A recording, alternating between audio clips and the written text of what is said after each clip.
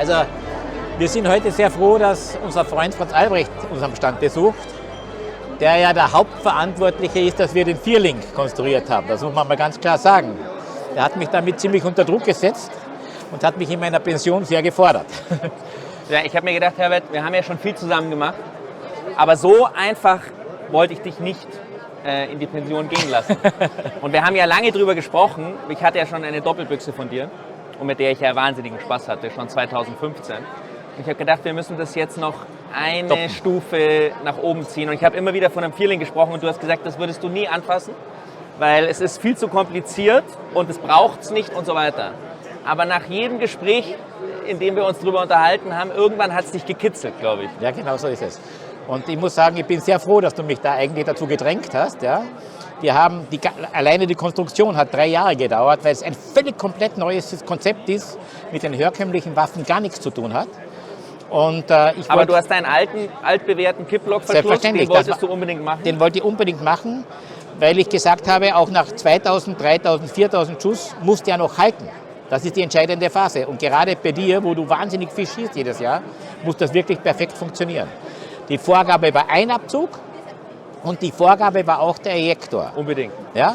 Und wir haben zwar einen Double-Ejektor drinnen und du kennst mich, ich habe gesagt, wir bauen kein Uhrwerk, sondern es muss einfach was Funktionelles sein. Ja, Uhrwerk meinst du eben damit, das ist etwas, das funktioniert, ganz aber genau.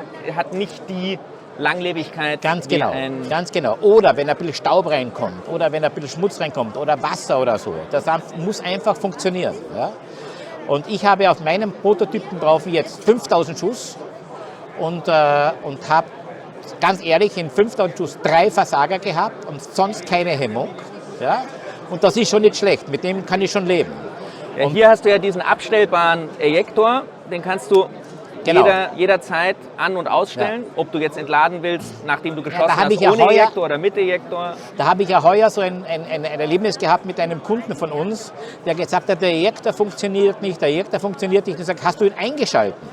Den kann man einschalten und den kann man ausschalten, der hat das gar nicht gewusst. Jetzt weiß er es und jetzt dann funktioniert es. Ja? Aber jetzt erzähl mal bitte ganz kurz, man sieht ja, also die Waffe ist leer, aber man sieht ja jetzt hier vorne diese 4 Läufe. Ja. Das Zusammenschießen einer Doppelbüchse ist ja schwierig. Und das Löten der Läufe, dass die zusammenschießt, ist schwierig. Wie muss man sich das vorstellen bei einem Vierling? Ehrlich, Franz Albrecht, das ist unglaublich. Es ist ein unfassbarer Aufwand, ja, den wir probiert haben, auch mit verschiedenen Vorrichtungen und so weiter und so fort. Und tatsächlich im Endeffekt ist es nur ein extremer Zeitaufwand. Also wie viel länger brauchst du bei dem Vierling im Vergleich zu der Doppelbüchse? Ehrlich? Das 10-fache. 10-fach. Ja.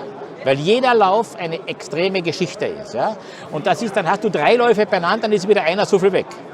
Und dann hast du natürlich noch die Einzelpräzision jedes einzelnen Laufes. Selbstverständlich. Dafür seid ihr ja berühmt, dass die gut ist, aber die dann zusammenzubringen. Ganz genau, das ist es. Also was kann ich auf 100 Meter erwarten, sagen wir mal 12 Schuss hintereinander, ohne zu kühlen? Also ehrlich und realistisch ein Bierdeckel. Ein Bierdeckel, also da reden wir von so. Ja, genau. Das ist ein Bierdeckel, ja. Aber ungekühlt 12 Schuss hintereinander. 12 Schuss. Also das meiste, glaube ich, was der Stefan gemacht hat, dann einmal 20 Schüsse. Da sind die Läufe so heiß, dass du sie wirklich nicht mehr angreifen kannst. Und es hat keine Abweichung gegeben. Ja? Aber das Entscheidende bei diesem Vierling ist, und das ist das Wirkliche, dass er völlig gegenüber einer Doppelbüchse wärmeunempfindlich ist, aufgrund der 4 Läufe. Ja? Weil da so viel Stahl zusammenkommt? Weil da so viel Stahl zusammenkommt. Ja? Also das heißt jetzt nicht, ich sage nicht, dass er völlig schmerzfrei ist. Nein, das ist er nicht. Ja? Aber jagdlich völlig uninteressant. Das ist die Geschichte. Und du hast, dadurch, dass es 4 Läufe sind, natürlich, um das Gewicht zu sparen, auf 50 cm runtergekürzt. Ja. Aber bei der 8x57 ist es egal. Ist es ideal? Weil du hast bei der 8x57 bei 50 cm immer noch eine sehr ähnliche Geschwindigkeit wie bei 55. Und das Zweite ist, wir laden sie auch für diese Lauflänge. Das ist ja auch das Entscheidende. Ja? Nachdem wir die Patronen selber machen, ist es für uns kein Problem zu sagen, okay, wir machen keinen 60er-Lauf, sondern wir machen einen 50er-Lauf und machen die optimale Pulververbrennung für den 50er-Lauf. Also was ich erstaunlich finde, ich habe mir ja damals bei meiner Doppelbüchse etwas stärkere Läufe machen lassen, um sie extra etwas schwerer zu machen und 60 cm lang.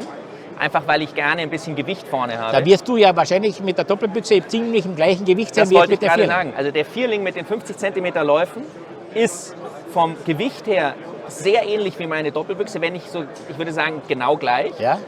Aber man würde dann meinen, dadurch, dass die Läufe so kurz sind, ist die Balance eher im hinteren Teil, ist sie aber nicht. Dadurch, Ganz dass genau. es 4 Läufe sind, ist die Ganz Balance einfach perfekt. Also Ja, sie liegt genau so genau ist da, es. wo es Genau sein so muss. ist es. Und Und sie das- ist extrem führig. Extrem führig. Das ist natürlich unglaublich. Wenn du auf dem Hochstand bist und sagen wir mal, du hast auch ein Dach oder irgendwie sowas, du kannst sie so leicht bewegen, weil die das ist Läufe es. so kurz Ganz sind. genau, das ist es. Und sie ist aber trotzdem für weitere Schüsse, dadurch, dass sie gut Gewicht vorne hat und die Balance gut ist, kannst du trotzdem gut mitschwingen. Also wir haben meinen Freund Jean-Pierre, einen Schweizer, den ich seit 40 Jahren kenne, den habe ich vor 2 Jahren, hat er einen Vierling bestellt, war einer von den ersten. Und der hat ihn voriges Jahr im Herbst bekommen und der war vor 2 Tagen da am Stand. Und dann sagte er genau wortwörtlich, Herbert, der Vierling hat meine Treibjagdkultur verändert. Genauso. Und dann ist da Michel dabei gesessen, ein Belgier. Und ich habe mir gedacht, was meint er damit, was meint er damit? Und sage ich, Jean-Pierre, wie meinst du das? Weil eigentlich hätte es ja auch negativ sein können. Ja? Und dann hat er gesagt, Herbert, du weißt, ich jag sehr viel, aber ich gehe ohne Vierling auf keine Drückjagd mehr. Und weißt du was? Das habe ich seit einem Jahr gesagt, wenn du dich erinnern kannst. Ich habe gesagt, du, wenn ich nicht mit dem Vierling irgendwo hinfahren kann, ich habe ja auch jetzt wieder in Spanien mitgehabt, obwohl das ja so ein Aufwand war. Und du kennst meinen Stand beim Jean-Dominique, da ist von 100 bis 220 Meter kannst du die Schweine schießen. In einem Gegenhang, ja. Jetzt muss ich sagen, das ist relativ steil und sie sind nicht besonders schnell. Aber sie sind toll, ja. Habe ich mit 17 Schuss 12 Schweine gehabt, wovon 10 vor mir gelegen sind und 2 sind gleich über der Kuppe gelegen, weil es waren eigentlich pro Person nur 10 Schweine frei. Ja? Aber der Jean-Dominique hat dann natürlich gelacht. Ja? Aber das zeigt auch, dass die Präzision auf weite Distanz einfach super ist. Also ich würde sagen, die beste Einsatzdistanz ist wahrscheinlich, also bis 200 geht leicht. Genau. Für mich ist es ein Gewehr, was ich am liebsten führe, Distanzen bis 100, 150 würde ich sagen, da hast du absolut überhaupt gar kein Thema. Und auf der Drückjagd schießt du ja normalerweise, sagen wir mal, 60, 70 Meter. Ja. Und darauf ist es ideal. Ja. Jetzt kann man sich natürlich fragen, das fragen sich viele Leute, warum braucht man einen Vierling? Ja? Ich würde sagen, es ist ungefähr so, wie wenn du dir einen Ferrari kaufen Ganz würdest. genau. Weil Ganz genau. du hast ihn einfach gerne, Ja, genau. ausfahren wirst du ihn nie. Wenn man jetzt aber die Funktionalität mit reinbringen möchte, du hast natürlich 4 Schuss hintereinander, die du schneller rauskriegst als bei einer halbautomatischen Waffe. Bei der halbautomatischen Waffe musst du jedes Mal noch diese Millisekunde warten, Ganz genau.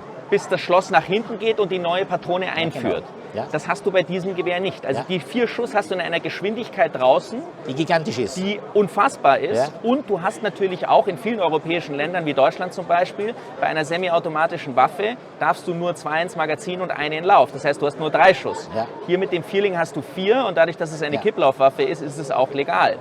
Also man kann natürlich sagen, rein von der Schönheit der Waffe und von allem, was dazugehört und auch der Preis natürlich, ist es etwas, da muss man schon ein großer Connoisseur sein, um sich sowas anschaffen zu Absolut, wollen. gar kein Thema. Und ob man es dann wirklich ausschießen kann und ausnutzen kann, ist wieder eine ganz Ja, andere aber Frage. genau das ist genau das Gleiche mit dem Ferrari. Den wirst du nie ausnutzen und wenn du ihn einmal ausnutzen kannst oder willst, dann kannst du es. Ja. Ja? Und ich muss sagen, ich habe ja das mit dem Vierschuss nicht so gesehen, wie du von Anfang an das gesehen hast. Du weißt das ja ganz genau. Aber ich habe jetzt etliche Male die 4 Schuss wirklich gemacht und gebraucht, ja? Nicht um diese 4 Stück zu erlegen, das gelingt mir nicht so leicht, also du bist da ein großer Spezialist, ja? Aber auch der schnelle Fangschuss, bevor das Stück verschwindet, ist auch wahnsinnig wichtig. Ja, was du eben das Tolle hast, was ja der große Vorteil einer Doppelbüchse ist, ist, dass du diesen extrem schnellen zweiten Schuss hast. Ja. Das heißt, wenn du auf einer Schneise stehst Das ist und der wie du Punkt. gerade sagst, der erste Schuss ist nicht ideal, hast du die Chance, den zweiten noch zu machen. Und das hast du beim Repetierer nicht. Beim Repetierer würden die Leute wieder argumentieren, okay, aber wenn ich in einem Altholz stehe und mir kommt eine Rotte, habe ich beim Repetierer mehr Schusskraft. Der Vierling kombiniert beides. Ja. Also bei einer Blaser zum Beispiel habe ich normalerweise 3 Patronen, also vor allen Dingen bei den Magnum-Patronen, Ja. 3 im Magazin, 1 im Lauf, habe ich 4 schnelle Ja. Schuss.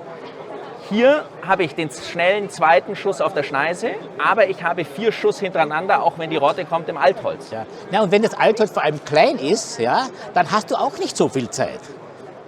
Da ist Absolut, der Vierling natürlich klar. schon. Wobei Und- ich muss ehrlich sagen, das sage ich auch jedem, der sich dafür interessiert. Man braucht ihn nicht. Wie einen Ferrari, den braucht man auch nicht.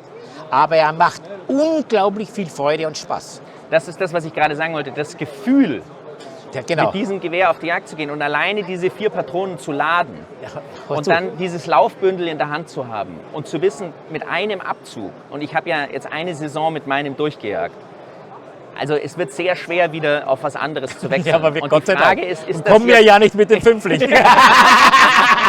ich wollte gerade sagen, ich glaube, also besser geht's nicht. Nein, und also man wirklich. kann auch, mehr geht nicht. Wobei ich muss dich natürlich schon auf dann anreden. Ich war ja bei einer Jagd dabei, wo du, ich glaube, den neuen deutschen Rekord geschossen hast, in einer unfassbaren Präzision für mich. Das muss ich jetzt wirklich sagen. Es geht nicht, wenn man heute 30 Schuss macht und es liegen 30 Stück auf der Strecke und der Nachbarschütze von dir, der, glaube ich, dein Vater war, der keinen Schuss gemacht hat, nur damit wir wissen, dass das wirklich freie Wildbahn ist, ja, und dass du eigentlich auch das Glück haben musst, dass sich diese Stücke anlaufen. Das ist ja der nächste Punkt, ja. Und dann legst du die mit einer Präzision hin. Das war für mich unfassbar. Unfassbar. Ja, es war ein großes Erlebnis. Aber ich muss ja sagen, wir jagen ja relativ oft zusammen und wir haben wirklich wahnsinnig viel Spaß, oder? Ja, ich weniger wie du. Aber nein, aber das ist wirklich, es ist was Besonderes und ich bin heilfroh, dass ich meinen habe, weil so wie ich das mitbekommen habe, sind die Auftragsbücher so voll. Wir sind sehr happy, ich sag dir das. dass Wir es sind sehr schwierig happy. wird. Ja. Wobei ich eines auch sagen muss, das sage ich ganz klar. Nachdem du mich dazu getrieben hast, ja, und wir jetzt in Vierling in Arbeit haben, hat uns der auch über die ganze wirtschaftliche Krise sehr hinweggeholfen.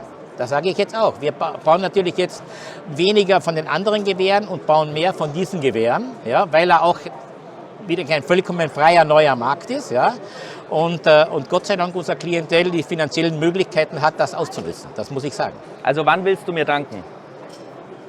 Habe ich schon, oder? Nein, also Noch nicht, immer nicht? nicht genug. Noch immer Nicht genug. Nein, Aber es aber hat ein meine Präsenz, die lässt Absolut. dich so strahlen. Absolut, die lässt dich so absolut, ja, strahlen. ja. Aber das war auch das Lustige, dieser ganze Prozess von Anfang bis Ende, wie oft wir telefoniert haben, wie oft du gesagt hast, jetzt haben wir das probiert, jetzt haben wir dies probiert, den ganzen Entstehungsprozz. Du kannst das ging dich ja erinnern. über Jahre. Es Du ging kannst über dich Jahre. erinnern. Ja. Und dann haben Sachen nicht funktioniert. Dann mussten wir das wieder ändern und so weiter und so fort. Ja? Und jetzt sind wir wirklich so, also an dem, den ich habe, das war der erste, ich sage jetzt einmal Prototyp, wo wir gesagt haben, der funktioniert, sind jetzt 5000 Schuss drauf, Hans Albrecht. Das ist eine echte Zahl. Ja. Und du hast eben dadurch, dass der Kipplock-Verschluss so stark verschließt, hast du nicht das Problem, was andere normal Doppelbüchsen oder auch Drillinge etc. haben, Ja. dass die sich irgendwann hinten leichte Ganz Zwischenräume genau. Ja, bilden oder dass der Verschluss nachgibt. und dann ist die Präzision eben Ja. nicht mehr die, Ja. die es war.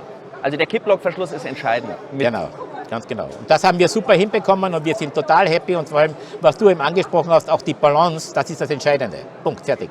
Die Balance ist gigantisch. Und jetzt freuen wir uns auf neue Projekte heuer, oder? Wir freuen uns auf neue Projekte und auf die neue Saison, die ja gerade zu Ende gegangen ist, aber nächstes Jahr oder nächste Saison geht es weiter. Aber unsere geht ja Gott sei Dank immer ein bisschen früher los. Absolut. Aber das Schöne ist, man kann ihn ja auch nutzen zum Platten zum Beispiel. So, ja, das macht doch Spaß, oder? Ja. Oder auch in der Hirschsprung. Also Ja. super. Vielen Dank. Danke dir. Ich sage danke. Ciao, mein Lieber. Bleibt mir's heil.